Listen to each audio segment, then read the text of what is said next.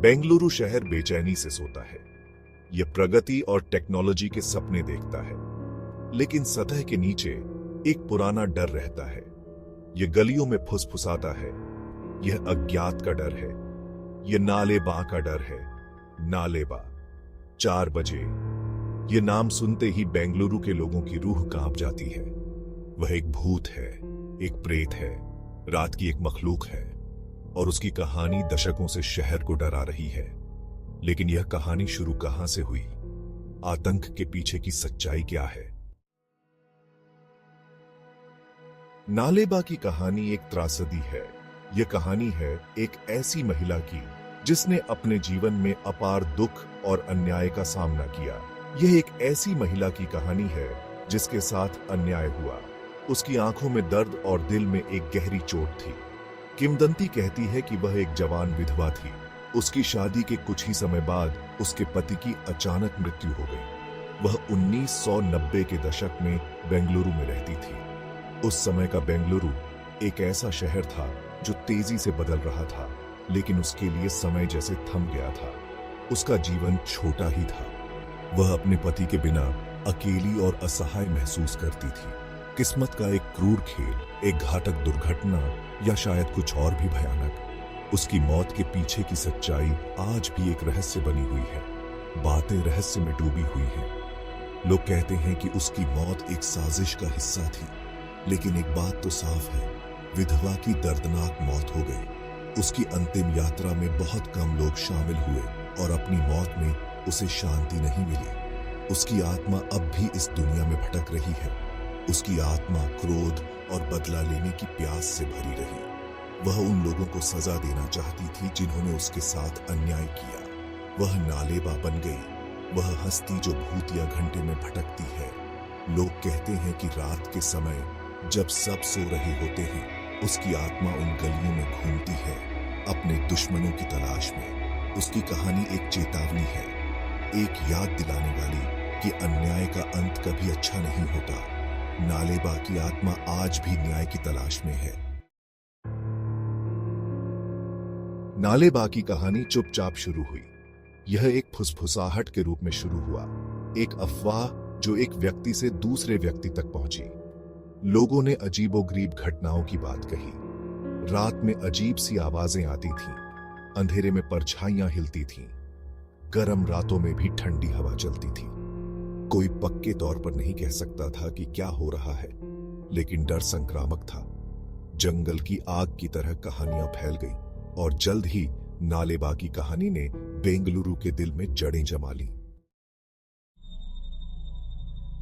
जैसे जैसे कहानी बढ़ती गई, वैसे वैसे डर भी बढ़ता गया। लोग अंधेरा होने के बाद बाहर निकलने से डरने लगे। माता पिता अपने बच्चों को घर के अंदर रखते थे। बेंगलुरु की गलियां, जो कभी जीवन से गुलजार रहती थीं, भयानक रूप से शांत हो गईं। लग रहा था जैसे शहर अपनी सांस रोककर घड़ी के 4 बजने का इंतजार कर रहा हो, क्योंकि उसी समय वे कहते थे नालेबा चलती थी। वह सड़कों पर घूमती थी, खोजती थी क्या बदला, न्याय, या शायद जीवित दुनिया के साथ बस एक पल के लिए जुड़ाव। भाग 5। एक झलक, एक चीख, एक किंवदंती। यह कहानी एक ऐसी घटना की है जिसने पूरे शहर को हिलाकर रख दिया। बहुत समय नहीं बीता था कि फुसफुसाहट चीखों में बदल गई।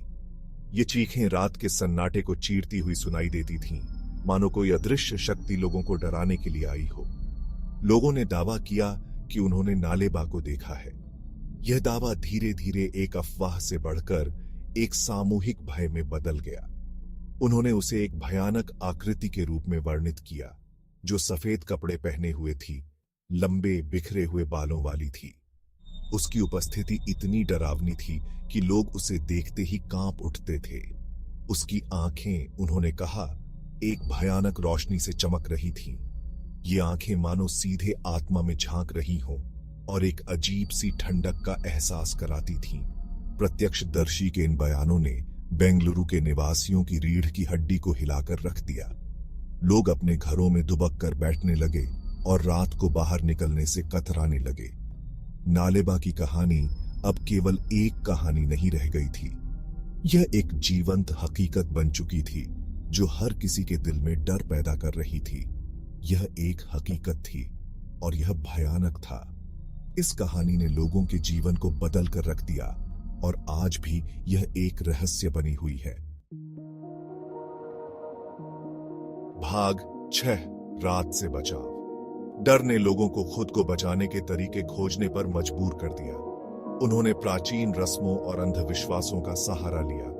दरवाजों पर नींबू और मिर्च दिखाई देने लगी। माना जाता है कि यह बुरी आत्माओं को दूर भगाते हैं। कुछ लोगों ने अपने प्रवेश द्वार पर रंगोली के डिजाइन बनाए, इस उम्मीद में कि नालेबा को शांत किया जा सके। अन्य लोगों ने अंधेरा होने के बाद खासकर 4 बजे अपने घरों से बाहर निकलने से इनकार कर दिया। नालेबा का डर उनकी जिंदगी के ताने बाने में समा गया था। भाग 7 किंवदंती बनी रहती है। साल बीत चुके हैं। बेंगलुरु बदल गया है। यह शहर अब पहले जैसा नहीं रहा। शहर विकसित हुआ है, टेक्नोलॉजी और प्रगति को अपनाया है। हर कोने में नई इमारतें और आधुनिक सुविधाएं हैं, लेकिन इन सब के बावजूद नालेबा की कहानी बनी हुई है। यह कहानी समय के साथ धुंधली नहीं हुई है, बल्कि और भी गहरी हो गई है। यह पीढ़ी दर पीढ़ी चली आ रही है। डर और आकर्षण के मिश्रण के साथ बताई और सुनाई जाती है। हर पीढ़ी ने इसे अपने तरीके से समझा और आगे बढ़ाया है। आज भी अगर आप बेंगलुरु के किसी निवासी से नालेबा के बारे में पूछते हैं, तो संभव है कि आपकी नजर एक जानकार निगाह से मिले। वे आपको इस कहानी के बारे में विस्तार से बता सकते हैं। हो सकता है कि वे खुद इस कहानी पर विश्वास न करें, लेकिन वे कहानी को जानते हैं। वे जानते हैं कि यह कहानी कैसे शुरू हुई और कैसे यह शहर के हर कोने में फैल गई। और वे उस डर को जानते हैं जो इसे उजागर करता है। यह डर सिर्फ एक कहानी का हिस्सा नहीं है, बल्कि यह शहर की आत्मा में बसा हुआ है। नालेबा की कहानी बेंगलुरु की पहचान का एक हिस्सा बन चुकी है और यह हमेशा बनी रहेगी। भाग 8 एक भूतिया शहर, एक मंत्रमुग्ध शहर। नालेबा सिर्फ एक भूत की कहानी से कहीं बढ़कर है। वह बेंगलुरु की पहचान का हिस्सा है। उसकी कहानी अलौकिक के साथ शहर के जटिल संबंधों को बयां करती है। यह अज्ञात की व्याख्या करने, अंधेरे में अर्थ खोजने की मानवीय आवश्यकता पर प्रकाश डालता है। नालेबा एक अनुस्मारक है कि एक आधुनिक महानगर में भी कुछ चीजें हमारी समझ से परे हैं। वह अतीत की फुसफुसाहट है, रीढ़ की हड्डी में कंपी है, एक याद दिलाती है कि कुछ कहानियां कभी नहीं मरती। भाग 9 तथ्य और कल्पना के बीच की रेखा। क्या नालेबा असली है?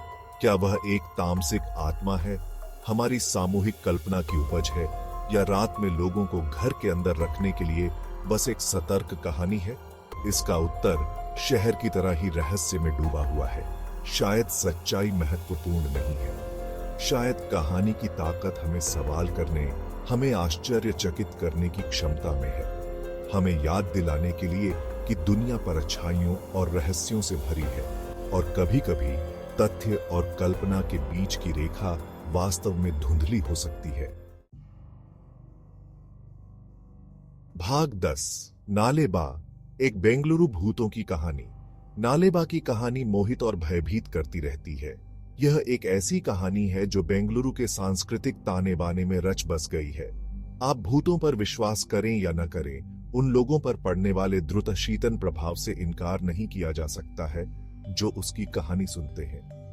तो अगली बार जब आप खुद को बेंगलुरु में पाएं, तो नालेबा को याद करें, और जब घड़ी में 4 बजें तो सावधान रहें।